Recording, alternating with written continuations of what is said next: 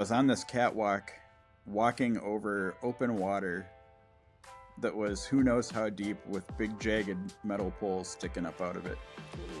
So I was on this catwalk and there's the steel railings that you're used to having on either side of a catwalk, and there was a gap in the catwalk that I had to jump over.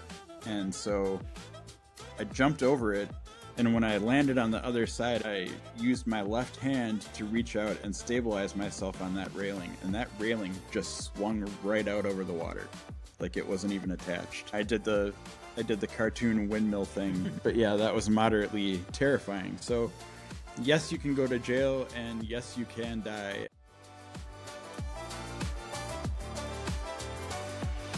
Today I'm excited to have my first return guest on Get the Picture podcast.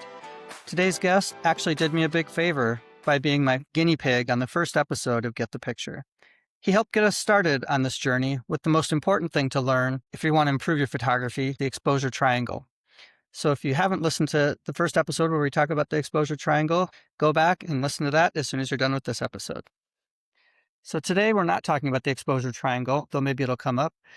Today we're going to talk about one of Phil's photography passions and something we haven't covered yet on Get the Picture, which is abandoned photography. So thank you for being on Get the Picture, Phil Ward. Hello. Why don't we just start with where in the world are you? I am currently in Las Vegas, Nevada. That's in the middle of the desert, as I understand it. Is it already over 100 degrees there? Yes, it is already over 100 degrees here and probably will be for the next 3 months or so. All right. Well, I'm sorry to hear that, although I prefer that to where we both used to spend our winters in Minnesota. So Absolutely. Awesome. So to get started on this question of abandoned photography, urban exploration videos are pretty popular on some corners of the internet where people find their way into sewers and tunnels and caves and abandoned buildings. What's the relationship of that kind of urban exploration to what you do in terms of photographing abandoned places? So I feel like urban exploration and abandoned photography are close, but the goals are just different. For instance, most urban explorers are using their phones to take cameras or videos, or they'll have GoPros. And it's much more about documenting the experience, from entry to exit with video. And just going and seeing abandoned places and exploring, caves, tunnels, whatever you want to go explore. And it's much less about the documentation photographically of that. Whereas for me, the reason I say I do abandoned photography and not urban exploration, although that is part of it, is because my goal is to go in with my tripod and my good cameras and lenses, and it's all about documenting the abandoned spaces and creating amazing images. It's much less for me about the exploration factor of it. So you're going probably to some of the same places, but with different goals in mind, it sounds like. Yep. So what attracted your interest to document abandoned places? Well, it all kind of started with long exposure night photography. When I first started learning photography, I was driving for a car service on the night shift. And I was sitting in my cab watching YouTube videos on how to do night photography because I had all this downtime.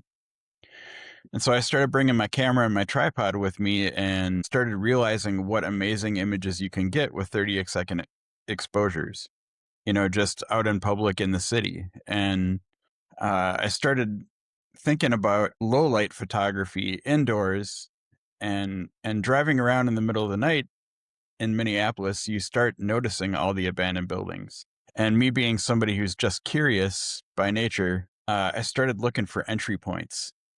And so I would drive around at night and I would find these buildings. And at night, I would try and find entry points and then go back on my days off in the daytime and see if they were still available. And I'd go into these buildings and do long exposure photography inside these dark buildings. And sometimes it would work out really great where you would have light coming in through windows, and sometimes you would use your flashlight to do light painting, and sometimes you would have just enough light to do really long exposures. And that's kind of my favorite, is when there's not much light at all, but just enough that you can get, with the app on my phone, I can do up to 2-minute exposures. And it's amazing what you can pull, especially using editing software as well, to create these amazing dark images of these abandoned environments. And the other thing about abandoned buildings is, especially in Minneapolis and also in Las Vegas, they have a tendency to tear those down. So I kind of look at it as documenting buildings that were historically significant to, people in general, not necessarily to maybe to the city, but, if you sneak into an abandoned foundry and take photos of it and document it after it's been abandoned for 50 years before they tear it down, that building at some point was significant to working class families, to community, to, it provided. All these abandoned buildings have history, and it's kind of fun to do the photos and then go look at the history of what that building was. So I guess that's kind of what it initially, drew me to doing abandoned photography, is the documentation, and then going back and looking at what that building was. So my next question, you already started to answer. You got interested in this through curiosity, first of all, and wanting to document buildings that have been important. Would you say that you're trying to communicate something, a message or a story, something about our society, but by documenting these decaying places? Well, unfortunately, I feel like my answer is not quite that deep. I just think that the images are really cool. So Uh, it's not a treatise on the decay of advanced capitalism necessarily. It's no, just something you found interesting. Okay. I mean, And if you were to take the abandoned Six Flags in New Orleans that I spent a day at, that place is just about the coolest place I've ever been in my life, to do photography. And there's nothing really about the decay of society and capitalism. It was really, more than anything, just Hurricane Katrina wrecked that place, and the company that owned it decided it would cost too much money to rebuild, and so it just sat there for 25 years. And I think they're finally tearing it down now. oh wow. But honestly, it's just, that place is just cool. And the photos that I was able to create there were just amazing. So I want to come back to Six Flags specifically to hear some Mhm. stories about that. But how do you find abandoned places to photograph? Like, how do you find out about them? You talked about just driving past places, but is that really how you would find places? In Minneapolis, yeah. At that point, when I was driving for that car service on the graveyard shift, it got to the point where I would go to Northeast Minneapolis or South Minneapolis, like down off of Hiawatha, and I would actually grid search, driving down all the little side streets, looking for abandoned warehouses and abandoned industrial, any area that, that where it was like manufacturing or industrial. I would meticulously grid search them, trying to find abandoned buildings and access points when I So, didn't have anything better to do. so as you've implied, these are places usually that are, I assume, fenced off and locked off, not easily accessible to the public. Without incriminating anybody, how do people get access to places like that? Bolt cutters, rocks. Uh, Okay. so kind of my thought on it is, I was never the person with the bolt cutters or the rocks. Like, I never actually damaged any property to gain entry, but if there was an entry point, I would use it. Like sometimes fences have, where you can just sort of go under the fence, or Yep. someone has cut some links and you can get through, things like that. Yep. That's the stuff I would drive around and look for. So maybe when you were doing this before, drones were not as accessible as they are now. But in the era of drones, do you know, is that something people do now to scout locations and figure out entry points? Is fly a drone over an abandoned place? Yes, and when I had a drone, I used that to scout places too. You find like a complex or a building that's fenced off or locked and you can use your drone to fly it around the entire building and around the fence line to see if you can find an entry point somewhere. And I would guess at this point, maybe even some of the drones have cameras that are good enough to do some great photos. I don't know about long exposures with the drone, but if you have enough light during daylight, you could probably get some good photos even with just that. The cameras on some of the Mavic Pros these days are actually good enough to do long exposure photography with them. Oh And wow! yeah, that technology has come so far in the last 10 years. Like what kind of And sensor do they? Are they like a APS-C sensor at this point in those things, or do you know? I don't know the exact size, but I know that they've gotten bigger. I think you can actually get a drone with a 1-inch sensor now. So not quite APS-C, but getting pretty close. And the stabilization on the gimbals that are on there is absolutely amazing. Yeah, that seems wild that you could even contemplate getting a 10 or 20 or 30-second exposure on a moving aerial Hmm. vehicle. Wow. Yep. So, can you talk about some of the risks with photographing abandoned places, both potentially legal risks that we've already referred to and physical risks? Sure.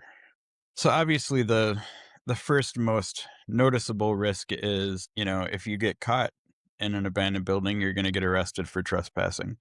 I've dealt with security more times than I can count, and most of the time when they see that I'm like an old white dude with a camera and a tripod, they kind of tell me to go away because I'll play dumb and be like, "Oh, I did, I just trying to take some photos." It's not like I'm doing graffiti or anything like that, or throwing rocks through windows or trying to break stuff.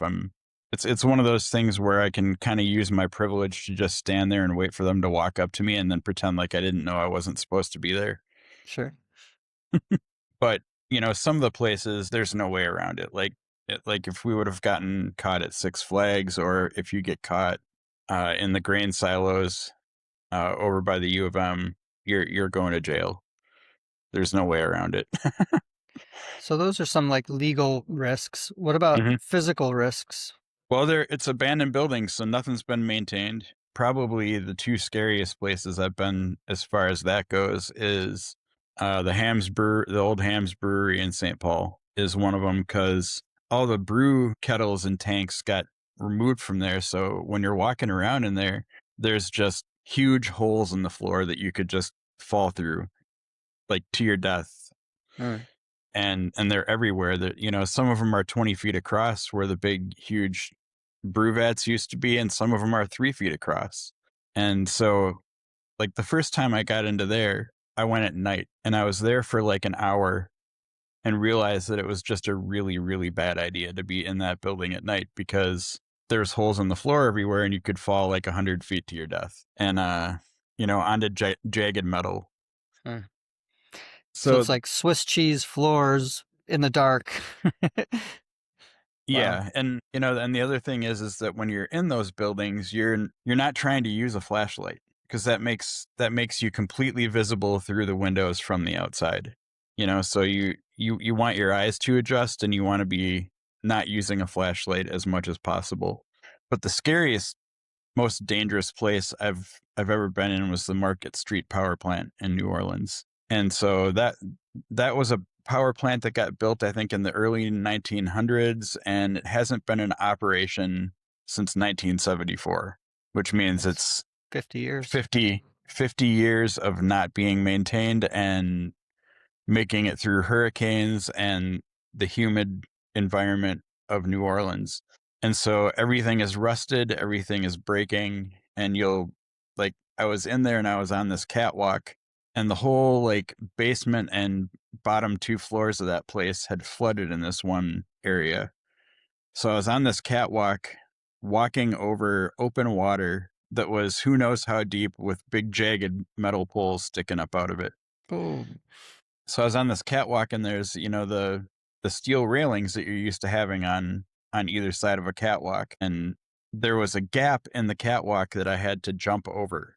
And so I jumped over it, and I keep in mind I'm carrying 60 pounds worth of gear in a backpack, And when I landed on the other side, I used my left hand to reach out and stabilize myself on that railing, and that railing just swung right out over the water, like it wasn't even attached. And I did the cartoon windmill thing. Uh, Oh. but yeah, that was moderately terrifying. So, yes, you can go to jail and yes, you can die. And the thing about being in those abandoned buildings is who the hell is going to know where you are? Like for me, I always had the fall sensor. I always had my Apple Watch on with the fall sensor and the emergency notifications set up to go to my wife to send my location. Hmm. If any, so that if I ever fell and was knocked unconscious, that she would get a notification with my exact location. So yeah, I mean, abandoned photography is great, but it's certainly not without risk. And you mentioned the grain silos by the University of Minnesota. I remember hearing occasionally that somebody had fallen and died in those. Like it wasn't that unusual of an occurrence. No. And one other thing, don't get drunk and go into those places. Yeah, that sounds like a terrible idea. That's like 90% of the people that fall and die in those silos are U of M students who get drunk and fall. They go in there after they've been at the bar or out at a party or whatever, or they're partying on top of them and they fall off or fall through a hole because there's plenty of holes on the floor there too. You hear that, kids? No drinking and exploring or Oh, photographing. So let's go back to Six Flags. I want to hear some stories. Six Flags, you've mentioned the Hams Brewery on the east side of St. Paul. You mentioned a couple places as well in Louisiana, and there's other places in Minnesota. I'd love to hear some more stories, like crazy things you've experienced or situations you've been in doing photography in these places. Why don't we start with Six Flags? What was it like being in an abandoned amusement park? Six Flags was completely overwhelming at first because it's huge. It's huge and there is active security on site. Fortunately, like most security, they're lazy and they sit in their car at the front entrance. I won't get into how we got in there because trade secrets and whatnot. But the thing being from Minnesota that I didn't take into consideration was the local ecosystem and the fact that there's poisonous snakes and there's wild hogs and all of these things, including meth heads, are in this park. That day we came across I think three different cottonmouth snakes. I mean, this sounds like you know, Mad Max Louisiana version or something. Meth Yeah. heads and wild hogs and snakes and were there reptiles and amphibians like crocodiles, alligators, that kind of stuff And too? yes, there's gators everywhere in there. Oh my God. And you It's went in there freaky. willingly. And yeah, I had to. And like there's this one section back by the kids play area where you can hear the wild hogs like lumbering around in the brush and you have to be careful because they will kill you. They will if they see you, they will charge you and they will gore you with their tusks and kill you. Oh my God. And you can't get away from them because they're faster than you, so the only thing you can do is climb something. And they're definitely And faster then than we're you when you're carrying a 60-pound bag of photography equipment.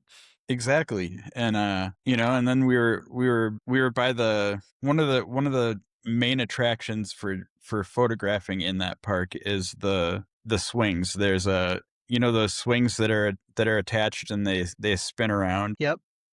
So like on long chains and there's one of those and we were taking photos of that and we look up and there's just this couple with a baby walking towards us down the promenade and they like stop and they're talking to us and my buddy Russ that had taken me out there who lives down there is like, hey, we got to keep an eye on this guy because apparently shady stuff happens in there too sometimes and so it's always kind of strange to I personally don't like bumping into people in abandoned spaces.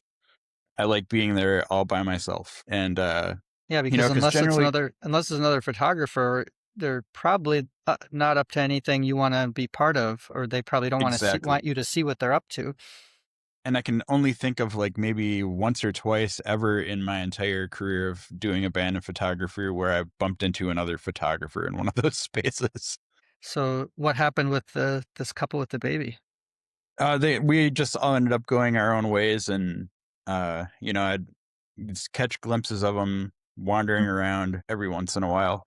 But yeah, I mean, and the other thing too that I don't think of as a photographer and probably should is that I'm walking around with a backpack that's worth 10 grand. Yeah.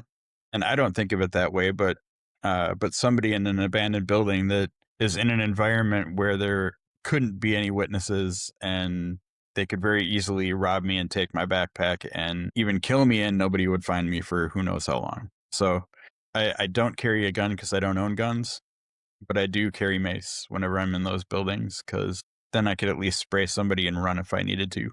Hmm. So you mentioned those swings that are really cool to photograph there. What are some of the other things at Six Flags that are cool to photograph? Well, there is the famous wood roller coaster called the Mega Zeph. A lot of people like to climb that and take photographs from the top of it. I'm not that brave. Even when I was there, I think I was there in 2019, and it was in a pretty bad state of repair at that point. I mean, even roller coasters, even amusement parks or state fairs or whatever with roller coasters that get regularly inspected and maintained are a little bit, difficult to trust, not, let alone one that's been, abandoned for decades. Oh, Abandoned for a couple decades, and also, sat in 6 or 8 feet of water at the base, that supports the whole thing for months. and it's made of wood, so And it's made of wood. that sounds terrible. Yeah, I wouldn't Uh, climb that. I don't think. no. The metal ones were fine. So the metal ones, there's one that has, some stairs that you can climb all the way up to the very top, and that one was just fine. I didn't climb that one just because I'm lazy.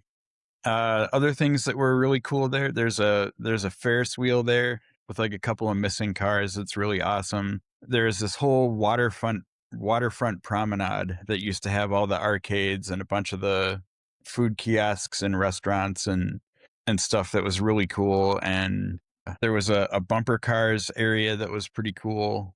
And then there's like this plaza that had an arcade on one side of it, and then it had the start of the Mega Zephyr in the background. And that actually ended up being one of my favorite photos that I got from that place. I would say pretty much everything was cool about that place. Those are the serious highlights for me, but even just little stuff like going into the one of the concession booths and you could see where the water level was because the walls were stained all the way up to you could see where the water line was and see how far underwater it was For during Hurricane Katrina. during Hurricane Katrina. Like all Wow. the stains on the walls clearly showed how high the water got there. And then like, as somebody who's worked in restaurant kitchens for most of my life, it was also humorous for me to see that the hood vents were all still intact in those kitchens and they were way cleaner than they should have been. Weird. Yeah. So Uh let's talk about the Hams Brewery on the east side of St. Paul. So first, can you just sort of say what it is? Because it's not just one building; it's a whole complex, right? And talk about that it a little is. bit. I think these days, I mean, I know that there's an active brewery in one of the old shipping warehouses or part of that building. But the part that I got into, I think, consisted of three large connected buildings. And I ended up having to sneak in, I think, under a loading dock. There was an entry point into like a basement room that I ended up having to climb 2 flights of stairs that I was like completely surrounded in fiberglass insulation. It was pretty sketchy. And I hope you had a and then you come mask or something, or weren't there for very long. I think I only had like an N95 on me for that one. That's better than nothing. Better than nothing.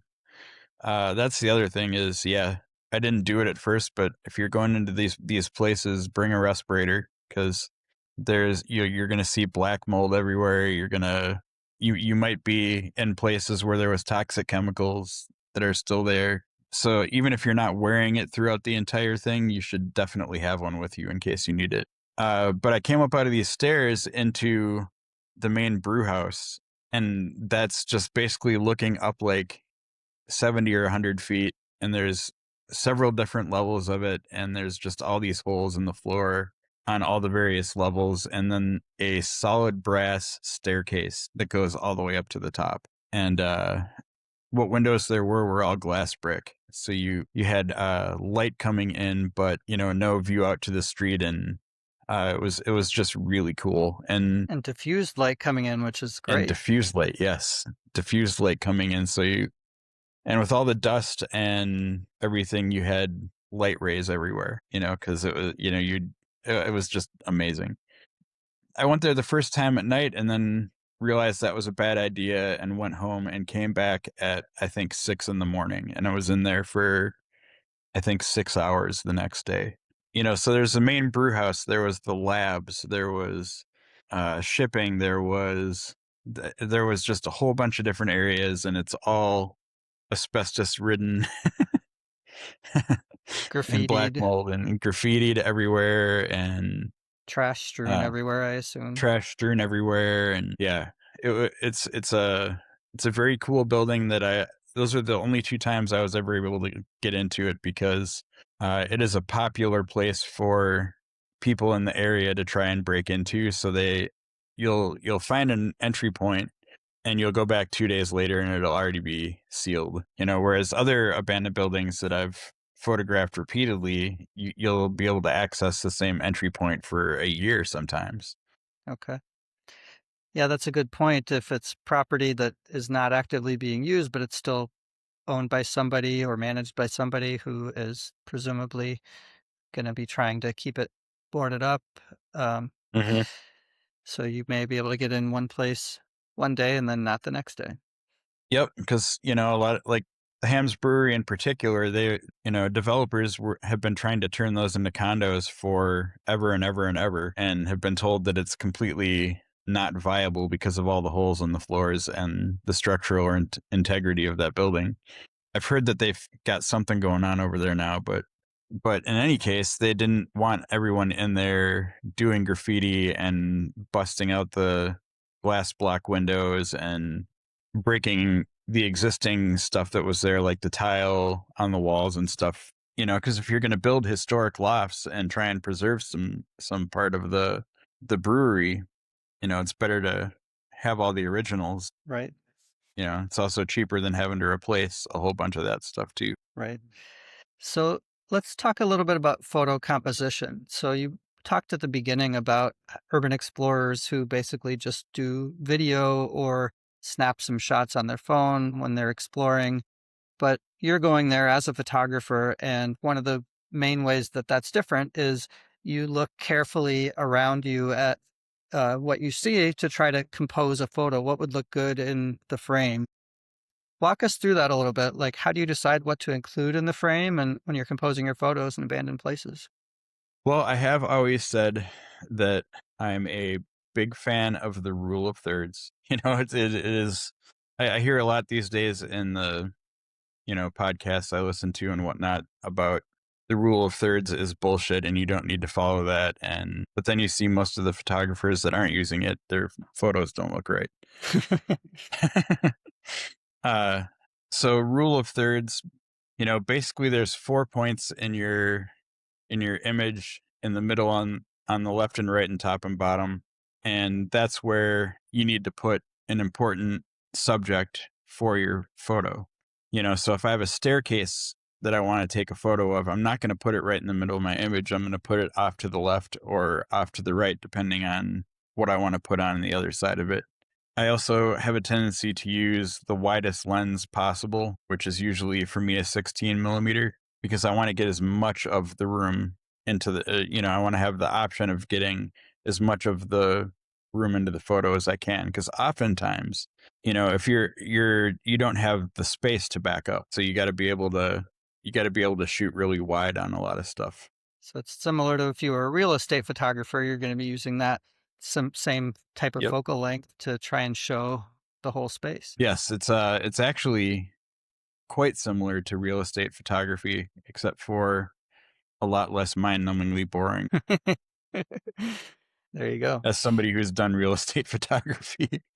But yeah, you can even use the same concept of shooting bracketed images depending on how much light you have. You know, if you're in one of those rooms where it's almost completely dark and you're really stretching the limit of your exposure and ISO to even get the image in the first place, you can't do that.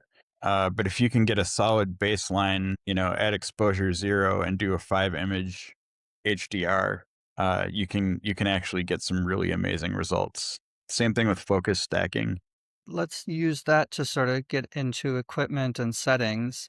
What equipment are you using when you're doing photos in an abandoned space? Both camera and lenses, but also other things that you would bring with you, like you've mentioned a tripod. What are Sure. what are the things that you need to have with you to do this?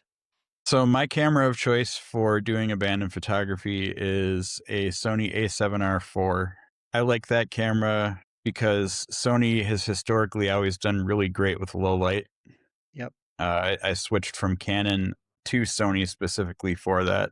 And the lens that I use most commonly is a Sony G Master 16 to 35 2.8. And so That is the camera setup I use every time. And I have a carbon fiber Gitzo travel tripod that weighs about 2 pounds and folds down to about a foot and a half in length and and you will fit in the water bottle pocket on my backpack. and you need a tripod because you're doing long exposures and you can't Yep. handhold. Yep. Almost all the exposures that I take in that environment are 30 seconds or longer. So you have your camera, you have your lens, you have a tripod. When you're doing a long exposure, you're not just pressing the shutter on the camera usually, or you'll get some movement. Do you have like a trigger or something that you use for that? Well, depending on what the lighting is like, there's an app for Sony cameras called Shutter that you can put on your phone, and you can use your phone to remotely control all the settings on your camera. So you can do it that way.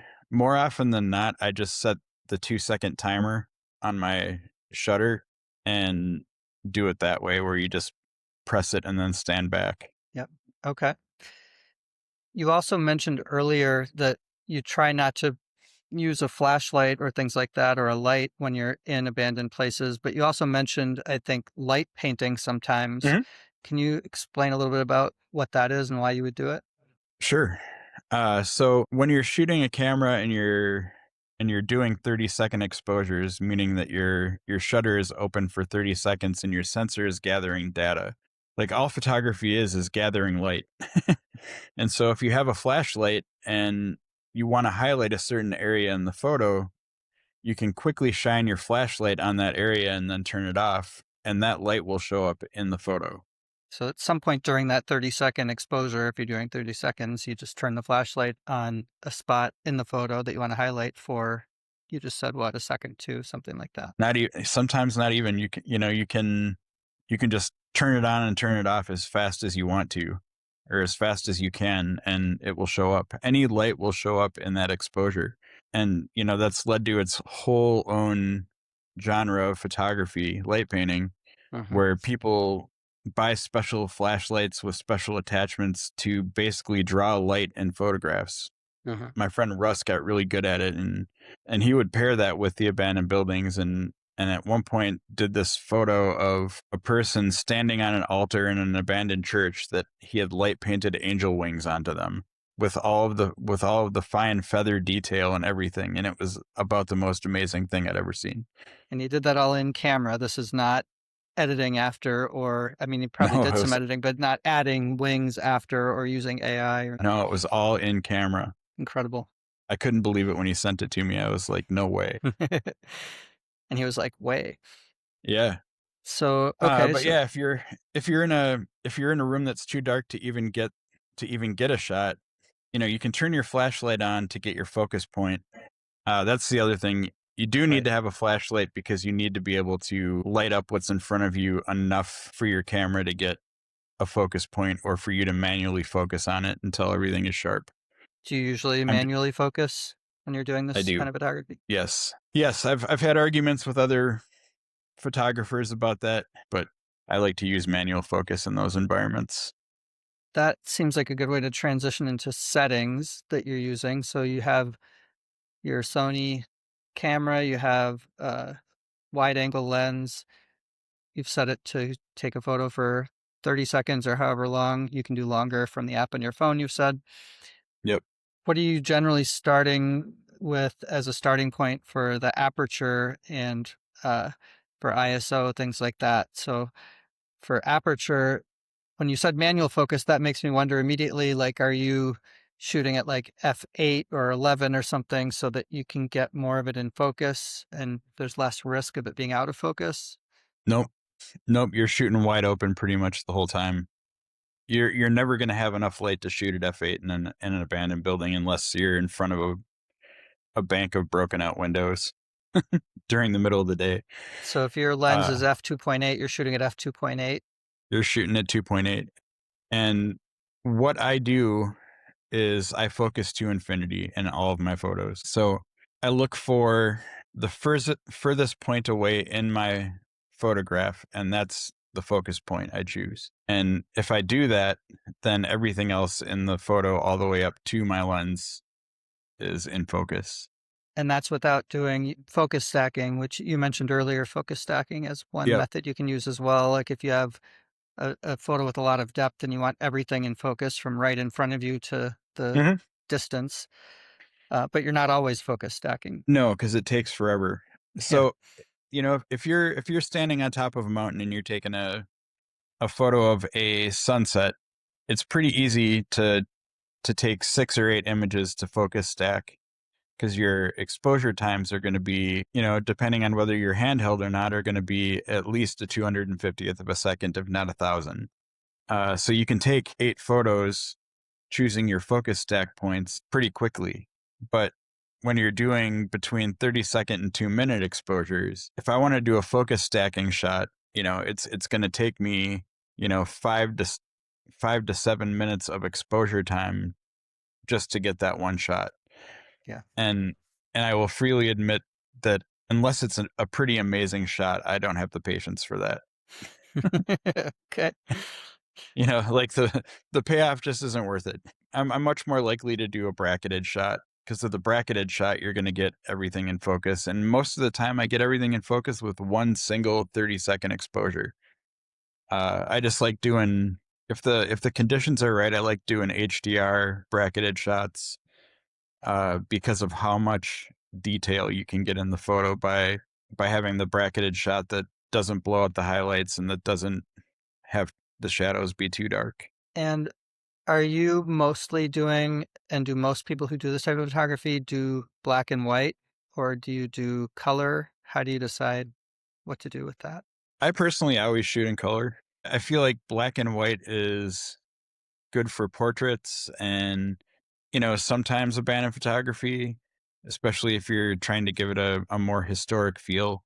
But kind of my general feeling about black and white photography is why would I do that when there's such thing as color photography?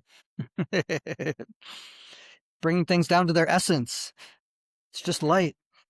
Right. And I get that. But if I'm trying to document abandoned buildings, I'm trying to document everything in color, Well, you know, and especially, I guess, if there's colorful graffiti or murals even on the walls, for you sure. get a lot of colors. But I have seen a lot of abandoned photography that's black and white.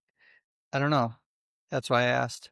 Yeah, there's a lot of people who just do black and white. I also feel like people that do the black and white photography, they use it to cover up the fact that it's a shitty photo, that So they didn't the settings that they used didn't work out for them, and they still want to use the photo but couldn't pull it off in color and are also trying and maybe are trying to make it look more artsy than it actually is. shots fired. So I was also wondering if it may be an issue of not being able to figure out the white balance as well, because a lot of times in dark venues doing concert photography, for example, if I can't use flash, the the light, and that may be also a result of the stage having different colored lights and stuff. Mhm. It just you get some really funky effects that if you just flip it to black and white, it looks a lot better. but that made me wonder if that might be an issue with abandoned photography too, in real low light, that people can't figure out what to do with white balance if they're shooting in color. I personally always shoot with auto white balance doing abandoned photography. And, we're lucky in this day and age to have Lightroom Very. because especially with abandoned photography and long exposure night photography, yes, you're out there and you're creating the image, but that's like only half or two-thirds of the work, because if I were to show you a before and after image of what I get straight out of camera versus what I would post on Instagram, you would not believe that it's even the same photo sometimes. And it's out of necessity because generally, there's some times where I'm having to shoot up to four or five stops underexposed to get the image, and that's shooting on a Sony at, sometimes 60, 100,000 ISO because I'm in a pitch dark room and I'm using a flashlight to get a focus point and then just hoping for the best. And then you get home and you can pull out all the details in Lightroom. So, Uh so you're shooting raw format. I assume Absolutely. that goes without saying because that gives you a lot more flexibility with Yep. editing.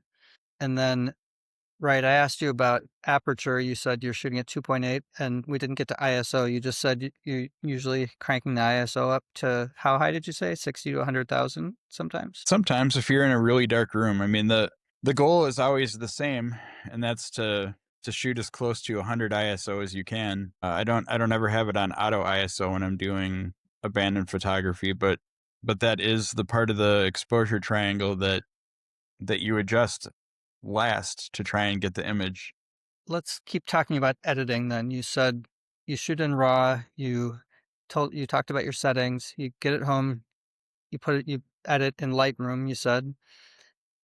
How much editing do you usually do, and what kinds of things do you usually do in Lightroom to try and improve the image from the raw file? I have a tendency, well, you denoise it first of all, because when you shoot at those higher ISOs, you're always going to have, and especially with long exposures, you're always going to have noise. That's another thing Lightroom has made incredibly easy these days. Just Uh, press the button, although you just that's press the button and it does it for you, whereas we used to have to choose manually denoise stuff. It allows you to change the color temperature. It allows you to adjust the shadows and the highlights and the exposure level. So if I'm, shooting 4 or 5 stops underexposed, I can bump up the exposure as a whole by a stop or two and then adjust the shadows and highlights to pull all the detail out of those images. I do sharpen a little bit. I do also like to add clarity, especially to abandoned buildings, because it just kind of gives it a more dramatically abandoned feel to the photo. yeah, it brings out that grittiness that's there for Yep. sure.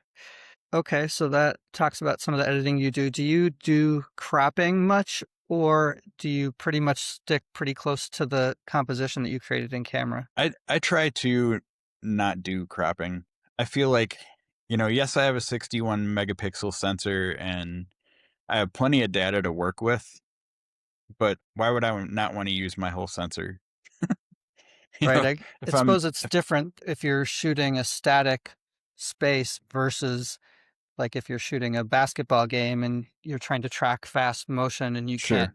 get it, the exact composition in camera, then you can crop in later. But Yep. With you, long exposure photography, in my opinion, you pretty much don't have much of an excuse to not get it right in camera because you're taking the time to set it up on a tripod and meticulously go through your settings to make sure that everything is as it should be and that the image that you're creating is the one that you want to create. So no, I don't generally crop very much at all unless there's something in the photo I didn't notice that I Mhm. don't want there. Which does happen, I suppose. Mhm. But- So if somebody wants to try abandoned photography, they've never done it before, it's the first time, what would you recommend they do to find places, to figure out access, and to stay as safe as possible while doing it? I would go find old industrial areas in the city that you live in and observe them. If you find an entry point, just don't come back that night. Maybe observe for a little bit, stake it out, sit there around sunset and see if there's people coming and going. It could be like homeless people living in there or people coming in and Yeah. That's the doing other thing whatever. is, you got to be careful because you could be walking into somebody's home and they might not own it, but you could still be walking into somebody's home, and I have a tendency to try and respect that. So, be aware of your surroundings, be aware of who's around you, what's around you. Don't bring a gun. But bring There's mace. But bring mace. And that's the only thing I'd say you should bring. I mean, beyond like a utility knife, because you never know when you're going to need one of those. But don't go into those spaces like you're invading them. Respect them. Go into those spaces like you're not, I guess, being invited into them, but be respectful. Don't litter. Respect the spaces that you're in because they could be somebody's house, and don't break things. Leave the space better than you found it. Take nothing but images. Don't bring souvenirs back with you. It's just basic rules of urban exploration and abandoned photography. Take nothing back with you but images. I love that. Sounds almost like the Boy Scouts, but a little different. Right. And be prepared to have to run from security. Good to know.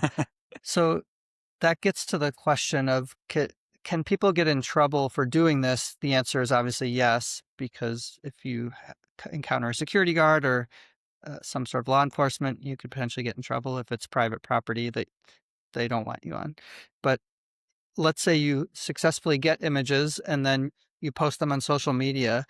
Uh, can people get in trouble for posting images like that on social media? Yes. Yes, you can. So how do people do that? Because I see images on social media. Do people wait till a statute of limitations is passed, or how does people just take the risk? I just take the risk. Uh, more importantly, don't ever post photos of yourself in on Instagram in those places, because that's evidence. Like, that's proof that you were there. They can't prove that you were. They can't really prove that you took the photo. If I take a photo in Six Flags, they can't prove I took that photo unless they get their hands on my camera, which I wouldn't let them do. But mostly, I guess you just take the chance. If you're not causing property damage, you're not doing graffiti, you're not being stupid and posting photos of you without a mask on in those spaces that are like, it's clear that it's you and you're there and you're not supposed to be, it's usually all right. But And yeah, I mean, just go into it knowing that you could get arrested. if somebody were to post images of an abandoned space that they didn't have access to in any sort of authorized way, it might be best, I would guess, to not post like a caption on that saying, "I took this photo when I went in illegally on this date." Just post an image. Just post the image. Yeah, don't post had a blast at Six Flags. Okay. But there is some risk with sharing those images, and maybe that is a good thing to think about. It definitely is a good thing to think about if you have images that were taken in places that you weren't authorized to be, that maybe they don't need to be shared and they are just for your enjoyment. Hmm. Maybe you just print them out and hang them on your walls. More people should print photos, I think. Me I've been too. trying to I do it a was little more. was just having that conversation with King. So, photography, as we know, is an expensive hobby. You just talked about in one backpack, you can fit $10,000 worth of gear. Have you sold prints, or do you know if there are people who make money or even make a living doing abandoned photography, or is this not something you should do with the expectation of making money? Oh, yeah, I wouldn't expect to make any money doing it. There's a few lucky people out there, but most of them are urban explorers that have massive followings on YouTube. Also, along the way, have become abandoned photographers. So they're kind of multitasking and going into these places with a team. Mm. And And they're monetizing their YouTube channel, things like that. yes, absolutely. But most So, people know you're not gonna. I mean, I guess I think one year I had a table at Art Whirl and sold prints, and I think I covered my supply cost. so this is not a get rich quick scheme. Um, but No, that's a common misconception about photography. I can't tell you how many people who are interested in getting into photography try and justify spending 5 grand on a camera and lens, saying, "Oh, but I'll be able to make money with it, right? I'll be able to pay for it by doing photography." And I'm like, "No, no, you won't." I mean, if you hustle, you have to hustle a lot to get to that point. It is doable. I don't know about with abandoned photography. It seems to me, because of all of the considerations, it's probably one of the least likely types of photography where Right? you're going to make money from it. But like you said, having a table at local art fairs and things like that, you can hustle and make some money, or at least cover your costs if you're lucky. Hmm. But if you're aiming for a career, weddings, commercial, those are the kinds of things you're probably going to have to look at. Yep. And nothing will make you not want to pick up your camera more than being a photographer for a living. That's why I don't do it. That's That's what why they I keep it say. as a hobby. I don't know. I didn't do it long enough to get to that point, I guess. Because even while I've been doing it for my main income for a couple of years and as a side hustle, I Hmm. still love going out and take pictures. So maybe I just haven't gotten there yet.